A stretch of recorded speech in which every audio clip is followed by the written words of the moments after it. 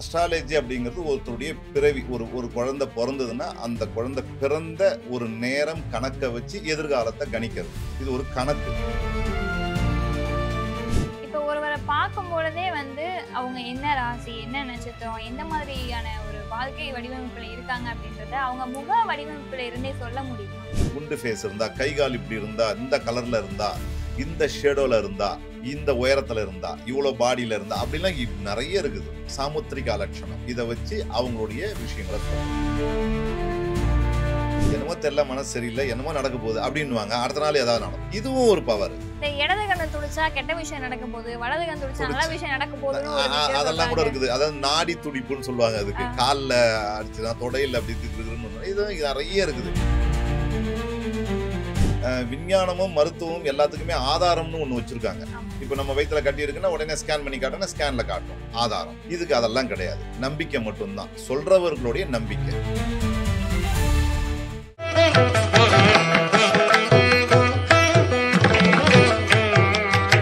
ஒவ்வொரு மாதமும் 1 கோடிக்கும் அதிகமான பார்வையாளர்களை சென்று சேரும் திருவருள் சேனலில் உங்கள் நிறுவனத்தை விளம்பரப்படுத்த வேண்டுமா? 9047045456 என்கிற எண்ணை இப்போதே தொடர்பு கொள்ளுங்கள். திருவருள் டிவி நேயர்களுக்கு வணக்கம். இன்னைக்கு நம்ம கூட அக்னிருத்ரன் சுவாமிகள் இணைஞ்சிருக்காங்க. வாங்க அவங்க கிட்ட பேசிடலாம்.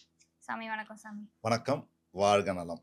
பிறர் அக்கறை கொள்ளும் அனைவருக்கும் அடியனின் பணிவான வணக்கங்கள். நான் உங்கள் அக்னிருத்ரன் சுவாமிகள், ஸ்ரீ காமாக்கியா தேவி உபாசகர். ரொம்ப நல்லது சாமி.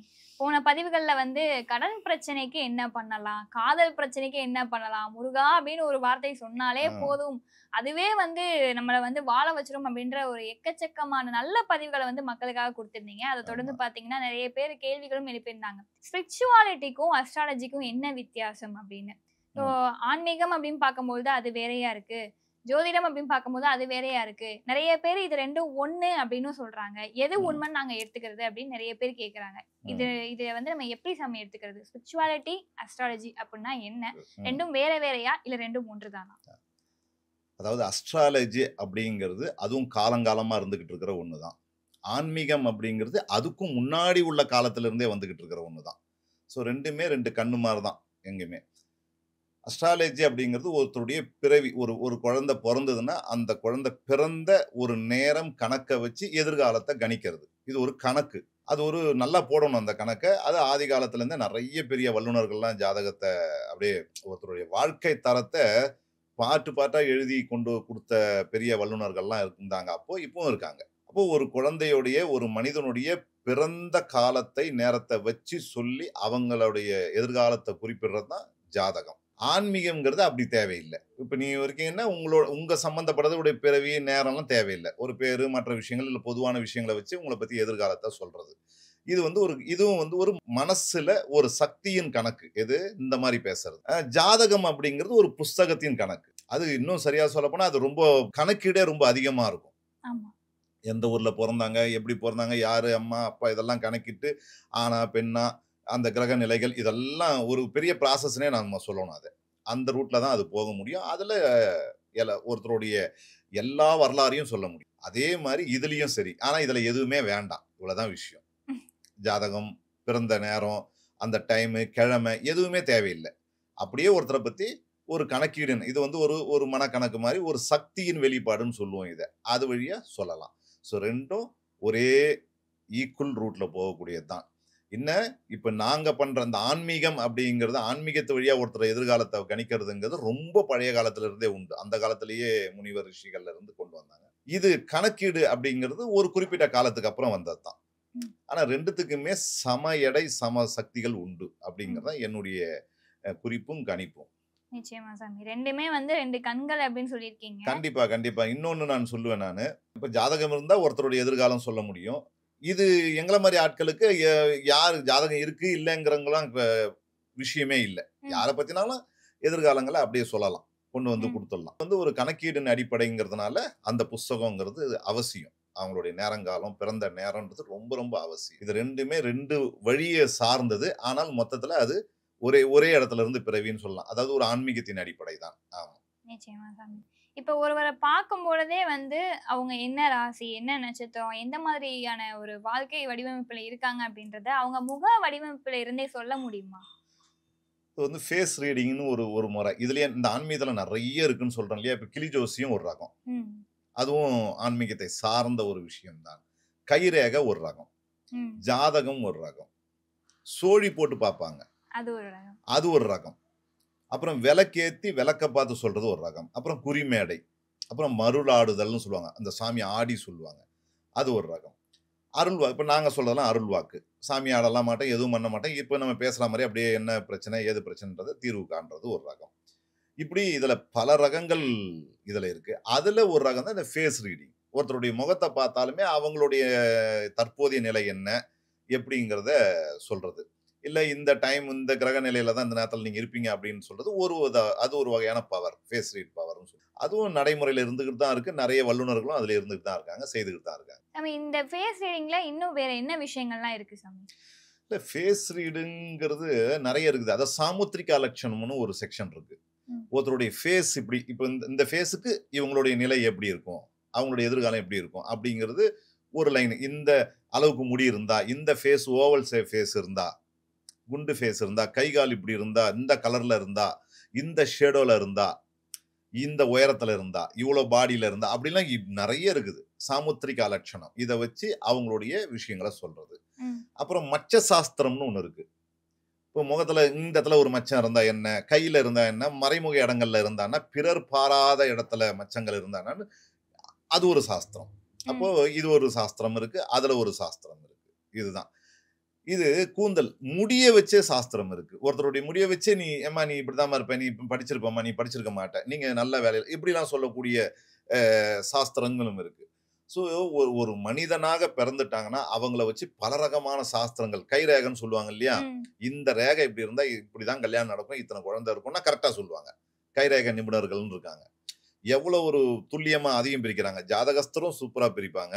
கைரேகைக்காரர்கள்னு கிட்ட போனோம்னா, அவங்களும் இத எல்லாமே சொல்ல முடியும். ஃபேஸ் ரீடரும் சொல்லுவாங்க. சாமுத்திரிகா பார்க்கிறவங்களும் இருப்பாங்க. அவங்களும் சொல்லுவாங்க. இப்படி எல்லாத்துலயுமே எல்லா வழிமுறைகளும் இருக்கு.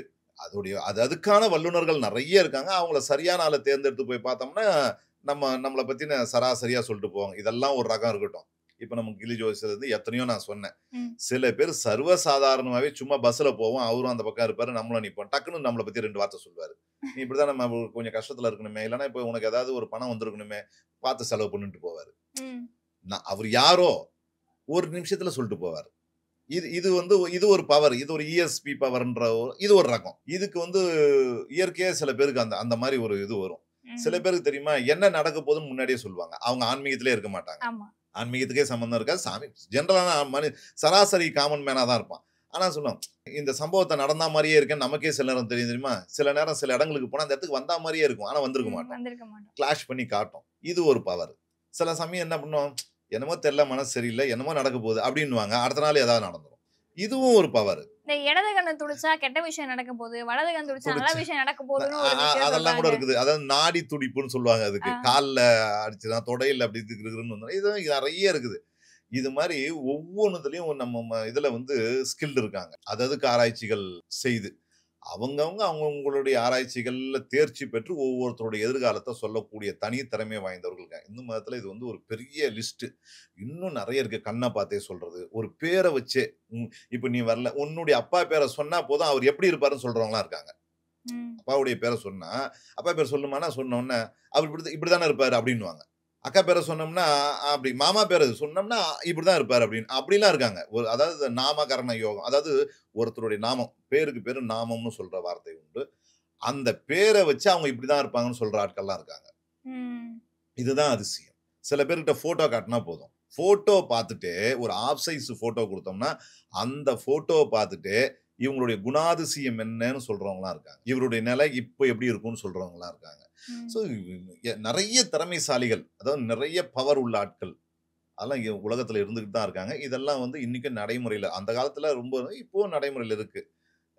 ஒவ்வொன்னும் ஒரு ஒரு ரகம் அவ்வளதான். ஸோ எல்லாமே நமக்கு நல்வழிப்படுத்தக்கூடிய ரகமா இருக்கணும். இவ்வளவுதான் மொத்தத்துல ஒரே கேள்வி. நாங்க ம். எப்படின்னா, அருள்வாக்கு, திருவாக்கு அப்படிங்கிறது தான். நம்ம எப்படின்னா, இது சொன்னா உனக்கு நடக்கணும். இவ்வளதான். நம்மகிட்ட சாமி இப்படி இருக்கு ஒரு பிரச்சனை. சரிம்மா நல்லது நடக்கும். கவலைப்படாதீங்க. நானும் உங்களுக்கு பிரார்த்தனை பண்றேன். இல்ல இது மாரி ஒரு சின்ன பரிகாரத்த பண்ணிக்கோ அப்படின்னா, அது நடக்கணும். இதுக்கு ம். பேரு அருள்வாக்கு, இல்ல திருவாக்கு. இப்ப நான் சொல்றது திருவாக்குன்னு சொல்லுவோம். இது ஒரு ரகம். இவ்வளவுதான். சில பேர் இருக்காங்க பேசலாம் மாட்டாங்க. பிரச்சனைன்னு போய் நின்னா போதும், நல்லா இரு. இந்த ஒரு வார்த்தைய தான் சொல்லுவாங்க. அந்த வார்த்தைக்கே நல்லா இருப்பீங்க. அந்த ம். பிரச்சனை தீர்ந்துரும். அந்த மாரி வாக்கு சித்தின்னு சொல்லுவாங்க அதுக்கு பேரு. அப்படி உள்ளவங்களும் நடைமுறையில இருக்காங்க. மாரி இது ஆன்மீகம்னு எடுத்துக்கினா நெறைய பார்ட் எப்படி சமையல்ல பல ரகங்கள் இருக்குதோ, பலகாரங்கள்ல பலகாரங்கள் இருக்குதோ, இதுலயும் நெறைய இருக்கு. அதுல ரொம்ப முன்னோடியா இருக்கிறது ஜாதகம் அப்படிங்கிறது எல்லாராலயும் ஏற்றுக்கொள்ளக்கூடிய ஒண்ணு. ஜாதகம் ம். பார்க்கிறதுங்கிறது. ஆமா. ஆ ஆன்மீகம்ங்கிறது எல்லாராலயும் புரிந்து கொள்ளக்கூடிய ஒரு விஷயமா இருக்கும். இந்த 2மே முன்னணியில இருக்குது. ம். அப்புறம் லைனா ஏகப்பட்ட விஷயங்கள் இருந்துகிட்டு தான் இருக்கு. நடைமுறையில போய்க்கிட்டு தான் இருக்கு. ஆன்மீகத்தை வந்து நம்புறவங்க அதிக பேர் இருந்தாலும், உணர்றது வந்து ஒரு சில பேர்னால தான் ஆ, முடியும் ஆ, அப்படின்னு ஆமா. சொல்லுவாங்க.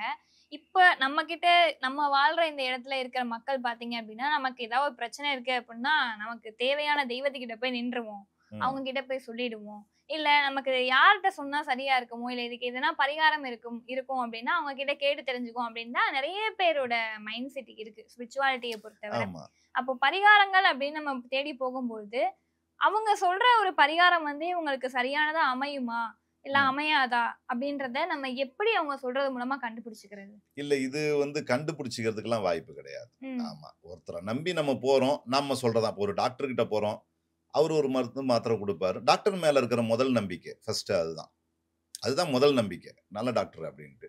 அப்புறம் அவர் குடுக்குற மருந்து, மாத்திரைகள் நமக்கு வேலை செய்ய போகுது. அதுல கூட கண்டுபிடிச்சிடலாம். இவர் குடுத்த மாத்திரை இதுதானா அப்படின்னு Googleல போட்டா கிடைச்சிரும். ஆமா. ஜுரத்துக்குன்னா இவர் குடுத்த ஜுரம் கரெக்ட் தானா அப்படின்றதும் கண்டுபிடிக்கிறதுக்கான வாய்ப்புகள்லாம் இன்னைக்கு இருக்கு. ஆனா ஆன்மீகத்துல அப்படிலாம் கிடையாது. என்கிட்ட வரீங்க, நான் ஒரு பரிகாரம் சொன்னா, இந்த பரிகாரம் சரிதானான்னு நீங்க கண்டுபிடிக்க முடியாது. ம். நம்பிக்கையின் அடிப்படையில செய்யணும். நம்பிக்கையின் அடிப்படையில அது வேலை செய்யும். நான் பொதுவாவே சொல்வேன். நான் என்னுடைய YouTube நான் பேசுறதுல நெறைய இடங்கள்ல சொல்றது உண்டு. உங்களுக்கு ஒரு பிரச்சனைன்னு முதல்ல வந்துடுச்சு அப்படின்னா, அந்த பிரச்சனைய முதல்ல அதுக்கான வல்லுனர்கள்கிட்ட போய் முதல்ல டிஸ்கஸ் பண்ணுங்க. வல்லுனர்கள்னா படித்தவர்கள். அவங்க கிட்ட போய் முதல்ல டிஸ்கஸ் பண்ணுங்க. நான் ஆன்மீகத்துக்கு வான்னு சொல்லல. அவங்க கிட்ட டிஸ்கஸ் பண்ணுங்க. அதுக்கு அப்புறமா அதுல எதுவும் உங்களுக்கு திருப்தி இல்ல அப்படின்னு ஆகும்போது ஆன்மீகத்துக்குள்ள வாங்க. ம். எடுத்த உடனே ஆன்மீகத்துக்குள்ள வரணும்னு நான் எப்பயுமே சொல்லல. உடம்பு சரியில்லையா? முதல்ல மருத்துவர பாருங்கன்னு சொல்லுவேன். டாக்டர பாருங்க. அதுக்கப்புறம் நம்பிக்கையின் அடிப்படையில சாமிகிட்ட வேண்டிக்கங்க. அப்போ இந்த பரிகாரங்களே ஒரு நம்பிக்கையின் அடிப்படை தான். நான் ஏற்கனவே சொன்ன மாரி தான். ஒரு முதல்ல மருத்துவர பாருங்க. அப்புறம் எங்கள மாரி ஆளுங்கள வந்து, அதுல ஏதோ திருப்தி குறைவா இருக்கு. ஆன்மீகத்து வழியா ஏதாவது இதுக்கு வழி இருக்கான்னு தேடுங்கன்னுவேன். முதல்ல அதுக்கான வல்லுனர்கள், படித்தவர்கள், விஞ்ஞான ரூபமான, அறிவியல் ரீதியான முதல்ல அதுல முயற்சி பண்ணுங்க.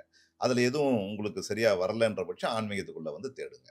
கண்டிப்பா இதுலயும் ஒரு விடை கிடைக்கும். அப்படிங்கிறது நான் நெறைய இடங்கள்ல நான் இத பேசிக்கிட்டு இருக்கிறது தான். எடுத்த உடனே இதுதான் அப்படின்னு நான் சொன்னதும் கிடையாது. இந்த காலத்துக்கு தகுந்த மாரி எல்லாருடைய மாற்றங்களும் அவசியங்கிறதுக்கு தகுந்த மாரி தான் பேசியிருக்கேன் நான். ம். கண்டிப்பா தானே. இப்போ ஃபேஸ் ரீடிங் அதாவது முகம் பார்த்து சொல்றது அப்படின்னு நம்ம எடுத்துக்கிட்டோம்னா, நெறைய வல்லுனர்கள் இருக்காங்க, நெறைய நிபுணர்கள் இருக்காங்க. ம். அவங்கலாம் இப்போ ஒரு விஷயம் பதிவு பண்றாங்க. உங்களுடைய முகத்துல வந்து பார்க்கும்பொழுதே, செவ்வாயினுடைய ஆதிக்கம் அதிகமா இருக்கு. ராகுவினுடைய ஆதிக்கம் அதிகமா இருக்கு அப்படின்னு சொல்லும்பொழுது, ம். சாதாரண சாமானிய மக்களுக்கு வந்து ஒரு சின்ன பயம் வந்துருது.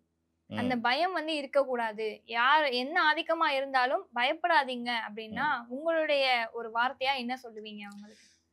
இல்ல நம்ம ஒரு விஷயம்ன்னு நம்ம ஒருத்தர்கிட்ட போயிட்டோம்னா, அவங்க என்ன சொல்றாங்களோ அத ஏத்து தான் ஆகணும். இப்ப உங்களுக்கு ராகுவோட ஆதிக்கம் இருக்குன்னு அதுக்கான வல்லுனர் சொல்றாரு அப்படின்னா, அத ஏத்து தான் ஆகணும். ஏன்னா நீங்க அதுக்கு தானே போனீங்க. ம். என்னன்னு தெரிஞ்சுக்கிறதுக்கு தானே போனீங்க. வயிறு வலின்னு டாக்டர்ட்ட போனோம். அவங்க ஸ்கேன் பண்ணி பார்த்துட்டு உள்ள கட்டி இருக்குன்னு சொன்னா, அத ஏத்து தான் ஆகணும். ஒரிஜினலா கட்டி இருக்கும். ஏன்னா ஸ்கேன் பண்ணி காட்டுறாங்க. அப்ப அந்த இதுதான். அதே மாரி தான். அதுல வந்து நம்பிக்கைக்கு ஒரு ஸ்கேனர் இருக்கு. இதுல அதெல்லாம் கிடையாது. கேரக்டர் தான் நம்பிக்கை. யார நாடி போறீங்களோ, அவர் தான் நம்பிக்கைக்கு உரியவர். அப்ப அவங்க சொல்லும்போது நம்ம அத அக்செப்ட் பண்ணி தான் ஆகணும். அப்படி ம். இல்லன்னா போகக்கூடாதுன்னுவேன் நானு. இவ்வளவுதான் விஷயம். போட்டு குழப்பிக்க கூடாது. ம். எதுவுமே. ம். ராகு ஆதிக்கம். ஐயோ! ராகு ஆதிக்கம் எனக்கா? என்னங்க இப்படி திடீர்னு இப்படி சொல்லிட்டீங்களே! அப்படின்னா, அ அ அத அத சொல்றது தான் அவருடைய வேல. அத ஏத்துக்க வேண்டியது தான் உங்களுடைய வேல. அப்படி இல்லன்னா நம்ம அத அத வந்து அதுல நாட்டம் வைக்கக்கூடாது. ம். எதுவா இருந்தாலும் பேஸ் பண்ண தயாரா இருக்கணும். விஞ்ஞானமும், மருத்துவமும் எல்லாத்துக்குமே ஆதாரம்னு ஒண்ணு வச்சிருக்காங்க. ஆமா. இப்ப நம்ம வயித்துல கட்டி இருக்குன்னா, உடனே ஸ்கேன் பண்ணி காட்டுனா, ஸ்கேன்ல காட்டும். ஆதாரம். இதுக்கு அதெல்லாம் கிடையாது. நம்பிக்கை மட்டும் தான். சொல்றவர்களுடைய நம்பிக்கை.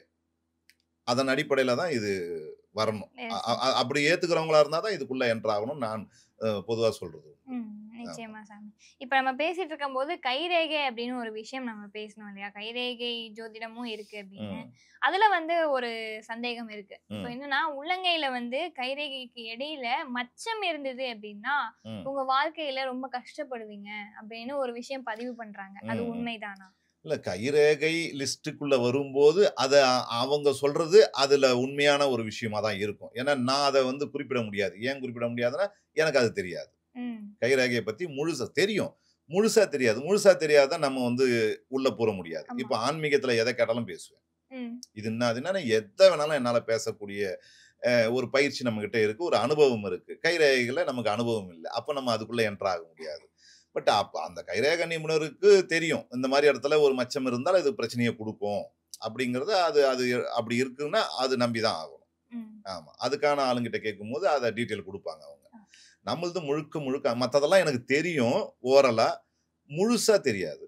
ஆன்மீகங்கிறதுல நம்ம ஓரளவுக்கு நம்ம தேர்ச்சி பெற்றுட்டோம். ஒரு 40 ம். ஆண்டு காலம் அப்படின்னும்போது, 40 ஆண்டு காலோட அனுபவம்னு ஒண்ணு இருக்கு இல்லையா? அதுல ஆமா. பேசுறதுக்கு நமக்கு எல்லாம் வரும். ம். அதனால தான் சொன்னேன். கிளி ஜோசியத்திலயும் விஷயம் இருக்கு. ஆமா. அதுல சொல்லி கூட எத்தனை பேருக்கு பலிச்சிருக்குது. என்னடா சாதாரணமா நினைப்போம் கிளி ஜோசியத்த. கிளி ஜோசியமும் ஆதி காலத்துல இருந்து வந்த ஒரு ஜோதிடம் தான். ம். ஆரம்ப காலத்துல அது. அதுலயும் இருக்கு. எலி ஜோசியம்னு ஒண்ணு நீங்க கேள்விப்பட்டிருக்கலாம். எலி ஜோசியம், வெள்ளை எலி எலி ஜோசியம் ஜோசியம்னு இருக்கு. சொல்லுவாங்க. ம். ம். ம். அதுல கேட்டு கூட ஒருத்தருக்கு சக்சஸ் அவரு என்கிட்ட ஒரு ட்ரெயின்ல பேசிட்டு இருக்கும்போது சொன்னாரு. அதுல பார்த்து அதுல அந்த எலி ஜோசியம் பார்த்து அதுல சொன்னப்பட்ட விஷயம் நடந்து இவரு சக்சஸ் ஆயிருக்கிறதா அப்ப எங்கேயோ ஏதோ ஒண்ணு நடந்துகிட்டு இருக்குது. ஒரு நம்பிக்கை தானே ஆன்மீகங்கிறதுல. இது மாரி பல ரகங்கள் இருக்கு. அதுல உயர்ந்த ரகத்துல நிக்கக்கூடியது 2. அதாவது ஒண்ணு வந்து ஜோதிடம், அதாவது அஸ்ட்ராலஜி. ம். அதுவும் ஆன்மீகமும். இது 2மே கொஞ்சம் முன்ன நிக்குது. மீதி எல்லாம் பின்னாடி நிக்குது. இவ்வளவுதான் ம். விஷயம். ஆனா எல்லாத்துக்குமே எல்லா ரசிகர்களும் இருக்காங்க. ஆமா. எல்லா நம்பிக்கைக்கு ஒரு ரசிகர்கள்னு சொல்றத விட, ம். அதன் மீது நம்பிக்கை. கிளி ஜோசியத்து மேல நம்பிக்கை இருக்கிறவங்க இன்னைக்கும் இருக்கிறாங்க. இருக்காங்க. இன்னைக்கும் ம். இருக்கிறாங்க. கைரேகை மேல நம்பிக்கை இருக்கிறவங்க நெறைய இருக்கிறாங்க. இருக்காங்க. ஜோதிடத்தின் மேல. எங்க மேல நம்பிக்கை இருக்கிறவங்களும் இன்னும் ரொம்ப ரொம்ப அதிகமா அதிகம். இருக்காங்க. ம். ஆன்மீகம்ங்கிறது ஒரு பொதுவான ஒரு விஷயம். அதாவது ம். இறைவனுக்கு அடுத்ததாக சிந்திக்கக்கூடியதுல ஒரு ஆன்மீகத்து உண்டான இருக்கிறவங்கள மக்கள் சிந்திக்கிறாங்க. ம். அது இருக்குது. கண்டிப்பா. ஒரு இத கரெக்ட்டா சொல்லணும் அப்படின்னு ஒரு பெரும் நம்பிக்கை வந்து ஜோதிடர்கள் மேல வைக்கிறாங்க. ஒரு பொண்ணுக்கும், பையனுக்கும் கல்யாணம் ஆகணும் அப்படின்னா, எங்கள சந்திச்சு பேசுறத விட ஜோதிடர்கள தான் ஜோதிடர்கள நம்புறாங்க. முழுக்க முழுக்க தங்களுடைய குழந்தையுடைய வாழ்க்கைய அர்ப்பணிக்கிறதே ஜோதிடர்கிட்ட தான். ஆமா. அதுக்கப்புறம் தான் ஆன்மீகமே வரும். கோவில் எந்த கோவில் என்ன அதெல்லாம் ஏதுன்னு. அடுத்தடுத்து. எங்க கிட்ட எல்லாம் என்னன்னா, இப்போ கார் வாங்கலாமா? வீடு வாங்கலாமா? கஷ்டமா இருக்குது, கடனா இருக்குது, இல்ல கல்யாணம் ஆகல, பொண்ணு கல்யாணம், இப்போ கல்யாணம் ஆயிடுது, குழந்தை பாக்கியம், இது மாரி எல்லாத்தையும் கேட்பாங்க. எது வேணாலும் கேட்கலாம். ஆனா பொண்ணு மாப்பிள்ளை கல்யாணம்னு வரும்போது, அந்த பொறுப்ப கொண்டு போய் ஜோதிடர்கிட்ட தான் குடுப்பாங்க. அவங்க தான் நிர்ணயிக்கிறாங்க. கரெக்ட்டாவும் நெறைய அந்த காலத்துல இருந்தே, இந்த காலம்லாம் ஒண்ணும் நம்ம சொல்ல முடியாது. அந்த காலத்துல இருந்தே அந்த ஜோதிடம் அப்படிங்கிறதுக்கு ஒரு உயர்ந்த அந்தஸ்து எப்பவுமே எல்லா இடத்துலயுமே உண்டு. நிச்சயமா, ஆமா. நிச்சயமா. நிறைவா ஒரே ஒரு கேள்வி ம். சாமி. இப்ப வந்து பார்த்துக்கிட்டீங்கன்னா, ஆன்மீகத்தை உணர்ந்து ஆன்மீக ரீதியா போறவங்க நெறைய பேர் இருக்காங்க. நம்ம நேர்களுமே இருக்காங்க. ம். அவங்களுக்கான ஒரு கேள்விய நான் உங்க முன்னாடி வைக்கிறேன். என்னன்னா, எல்லாருமே இப்ப கோவில் போறாங்க அப்டின்னா, அவங்க வேண்ட ஒரு விஷயம் என்னவா இருக்கும்? என் வாழ்க்கையில எதுவுமே கஷ்டங்கள் வந்துறக்கூடாது. ஆமா. கஷ்டம் இல்லாம நிம்மதியா இருக்கணும். அந்த ம். நிம்மதிக்கு தான் எல்லாருமே விரும்புவாங்க. ஆமா. எனக்கு என்ன பிரச்சனைனாலும் நிம்மதிய மட்டும் குடுப்பா. புரியுது. ஒரு 3 வேள சாப்பாட சாப்பிட்டு நான் நிம்மதியா இருந்தா போதும். ம். அத மட்டும் குடுத்துரு அப்படின்னு சொல்லிட்டு அவங்களோட இஷ்ட தெய்வத்த விரும்புவாங்க. ம். இத தாண்டி எனக்கு நீ என்ன கஷ்டம் குடுத்தாலும், எனக்கு ஏத்துக்கிற மனப்பான்மையும், தைரியத்தையும் குடு அப்படின்னு உங்களுடைய வாக்கு மூலமா ஏதாவது நேயர்களுக்காக சொல்லணும் அப்படின்னு நெனச்சீங்கன்னா என்ன சொல்லுவீங்க? பொதுவா நான் முதல்ல சொன்னேன் இல்லையா? எனக்கு நிம்மதிய குடுன்னு கடவுள்கிட்ட போய் எல்லாரும் வேண்டுறாங்க. அது எனக்கு வந்து ஏதோ சாப்பிட்டோம், நான் நிம்மதியா இருக்கணும்னு ஆசைப்படுறேன் அப்படின்னு கடவுள்கிட்ட வேண்டுறாங்கன்னு. வேண்டுற எல்லாருக்கும் அது நடக்கிறது இல்லங்கிறது ஒரு முக்கியமான விஷயம். சரியா? ஏன் நடக்கிறது இல்ல தெரியுமா? நீ என்ன கேட்கிற? எனக்கு நிம்மதி வேணும். ஏதாவது 3 வேள சாப்பிட்டோமா, நிம்மதியா இருந்தோமா? இந்த 3 வேள சாப்பாடும், நிம்மதியும் கடவுள் குடுத்து தான் வச்சிருக்கிறாரு. ஆனா நிம்மதிய கெடுத்துக்கிற விஷயத்த நாம தான் முடிவு பண்றோம். நிம்மதிய கடவுள் குடுக்குறாரு நமக்கு. ஆல்ரெடி ஸ்டாண்டர்ட் அது இருக்கு. அத நம்ம எப்படிலாம் கெடுத்துக்கிறோம் தெரியுமா? உதாரணம் சொல்றேன். உன் பிரச்சனையில நான் தலையிடுறது தேவையில்லாம. இப்போ நீ வரியா ஏதோ பண்ணு அதோட முடிஞ்சுச்சு. அவங்க யாரு? என்னாது? எப்படி ஆச்சு? ஏதாச்சு? அவங்க வேலை என்ன? அவங்க குலம் என்ன? கோத்திரம் என்ன? இதெல்லாம் போகும்போது அதுல வர்றது இது எனக்கு தேவையில்லாத வேலை. ஆமா. சரியா? இப்போ இன்னொன்னு. ஒரு குட் மார்னிங் அனுப்பலன்னா கூட நிம்மதி கெட்டு போகுது. பாரு தினம் குட் மார்னிங் அனுப்பிச்சுன்னு இருந்தது இந்த பொண்ணு. இன்னைக்கு ஏன் அனுப்பல? அப்ப பாத்தியா? இதான்ப்பா இதுங்கலாம். இப்படி என் நிம்மதி கெட்டு போச்சு. சாதாரண விஷயம். அன்னைக்கு நீ ஏதோ மறந்திருப்ப, இல்ல வேலையா போயிருப்ப, இல்ல ஷூட்ல. இவ்வளதான். இது மாரி நிம்மதிய நாம தான் கெடுத்துக்கிறோம். கடவுள் கெடுக்கவே இல்ல. நீ சும்மா இருந்தா போதும், நிம்மதி உன்கிட்ட இருக்கும். நம்ம தேவையில்லாம பிறருடைய வாழ்க்கைக்குள்ள என்டர் ஆகுறது, தேவையில்லாம புறம் பேசுதல், தேவையில்லாத பிரச்சனைய தூக்கி தலையில போட்டுக்கிறது, எல்லாத்தையும் தூக்கி கவலைகள் எல்லாம் எடுத்து மேல வச்சு நீ கரெக்ட்டான கவலை, கரெக்ட்டான விஷயத்துக்குள்ள போலாம். பிறர் ஊருக்குள்ள இருக்கிற விஷயத்தெல்லாம் தூக்கி நம்ம மேல போட்டுக்கிட்டோம்னா, நிம்மதி போக தான் செய்யும். அதுக்கு கடவுள் பொறுப்பே அல்ல. சரி, இப்போ ஓகே. அதெல்லாம் வந்துடுச்சு எனக்கு. நானா போய் எடுத்து போட்டுக்கிட்டேன் தல மேல. இப்ப அதுலருந்து வெளில வர்றதுக்கு என்ன? இவ்வளதான். வெளியில வர்றதுக்கு ஆன்மீக ரீதியாவும் ஒரு பதில் இருக்குது. நமக்கு லாஜிக்கா முதல்ல இதுதான். எந்த தேவையில்லாத பிரச்சனை தலையிடாதீங்க. யார் விஷயத்திலும் தலையிடாதீங்க. ஒருத்தருக்கு உதவி பண்ண முடிஞ்சா உதவி பண்ணுங்க. இல்ல சும்மா இருங்க. இவ்வளவுதான். நான் ஒண்ணு சொல்லுவேன். புண்ணியத்தை சேர்க்கறதுக்கு பல வழிகள். உடனே சொல்லுவாங்க, சாமி நான் 100 பேருக்கு எங்க சாமி அன்னதானம் பண்றது? நான் வந்து 10 பேருக்கு துணி எடுத்து கொடுக்குற வசதியில இருக்கிறேன்ட்டு. புண்ணியங்கிறது அன்னதானத்திலையும் 10 பேருக்கு துணி எடுத்து கொடுக்கறதுல மட்டும் இல்ல. அதுல இருக்கு. ஆனா அதுல மட்டும் இல்ல. நம்ம பிறர் நல்லா இருக்கணும்னு நினைச்சாலுமே புண்ணியம் தான். இப்ப நீ வந்து என்கிட்ட ஒரு உதவி கேட்கற. சாமி எனக்கு ஒரு அவசரம். எனக்கு ஒரு 10,000 ரூபாய் எனக்கு கொஞ்சம் வேணும் அப்படின்னா, நான் உனக்கு அந்த 10,000 கொடுக்கணும். கொடுக்க இல்ல அப்படின்னா, நம்ம என்ன பண்றோம்? இல்லம்மான்னு சொல்றோம் இல்லையா? இப்ப இதுல ஒரு புண்ணியத்தை தேடுறதுக்கு வழி இருக்கு. எப்படின்னா கொடுக்காமயே புண்ணியம் இருந்தா கொடுக்கணும் தான். இப்ப கொடுக்க முடியலன்னா, நீ கிளம்பினதும் என்கிட்ட பணம் இல்ல. என்கிட்ட காசு இல்ல. அப்படின்னோட நீ சரின்னு கிளம்புறல்ல. அப்ப நான் தெய்வத்துக்கிட்ட ஒரு பிரார்த்தனை வைக்கணும். இந்த பொண்ணு வந்து ஒரு 10,000 ரூபாய் கேட்டுது.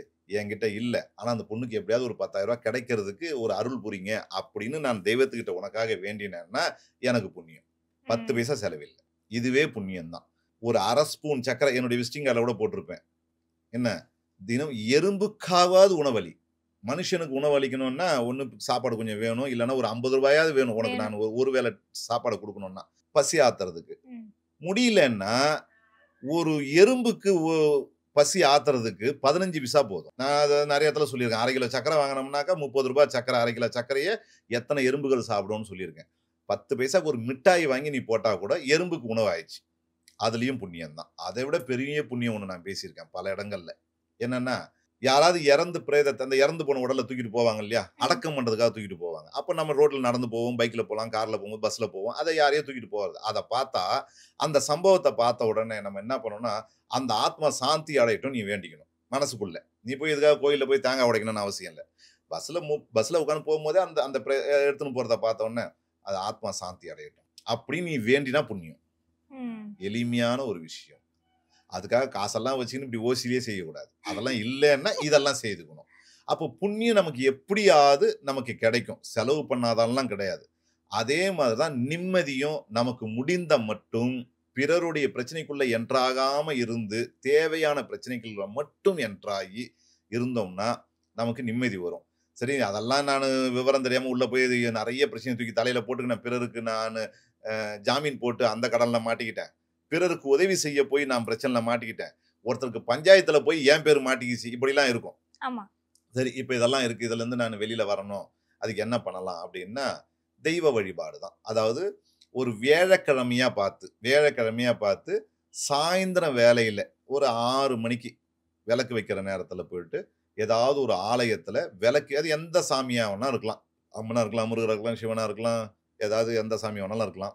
இல்ல குருமார்களுடைய ஆலயங்கள் மாதிரி இருந்தாலும் சரி, எங்கேயாவது போய் ஒரு விளக்கை ஏத்திட்டு வெளியில வந்து யாருக்காவது ஒரு சின்ன அன்னதானம், பெருசா வேணாம், ஒரு பிஸ்கெட் பாக்கெட், ஒரு 15 ரூபாய்க்கு ஒரு பிஸ்கெட் பாக்கெட் வாங்கி யாருக்காவது கஷ்டப்படுறவங்களுக்கு, வெளியில யாசகர்கள் இருப்பாங்க இல்லையா, யாருக்காவது கொடுத்துட்டு வந்துடலாம். 15 ரூபாய் தான். பெரிய இன்வெஸ்ட்மெண்ட்டே கிடையாது. சாப்பாடு கொடுத்தா கொடுக்கலாம், பிஸ்கெட் கொடுக்கலாம். இப்படி எதையாவது ஒன்று சாப்பிட்ற, ஒரு பன்னு, பிஸ்கெட்டு, ஏதாவது வாழைப்பழம், எதையாவது கொடுத்துட்டு வந்து இது மாதிரி தொடர்ந்து செய்துக்கிட்டு வந்தோம்னா இன்வெஸ்ட்மெண்ட் கம்மி தான். ஆனால் பிரச்சனையிலேருந்து சீக்கிரம் வெளியே வந்துடும். ஏதாவது ஒரு வழியில் நமக்கு அனுகூலம் கிடைச்சிரும். இது எளிமையான ஒரு பரிகாரம். இதுதான் விஷயம். ஆன்மீகம் அப்படின்னா என்ன? ஸ்பிரிச்சுவலுக்கும் ஜோதிடத்துக்கும் என்ன சம்பந்தம்? அது ரெண்டும் வேறையா இல்லை ஒண்ணுதானா? ஆன்மீக ரீதியா எப்படி நம்ம வந்து தெய்வத்தை நாடுறது அப்படின்ற ஒரு விஷயத்தை வந்து நேயர்களுக்காக பதிவு பண்ணிருக்கீங்க. ரொம்ப நன்றி. நன்றி, வணக்கம். வாழ்க நலம். உலகத்தை எல்லாரும் சுபிட்சமா வாழட்டும். நன்றி, வணக்கம். திருவருள் டிவியில் உங்களுடைய நேர்காணலும் இடம்பெற வேண்டுமா? 9047045456 என்கிற எண்ணை இப்போதே தொடர்பு கொள்ளுங்கள்.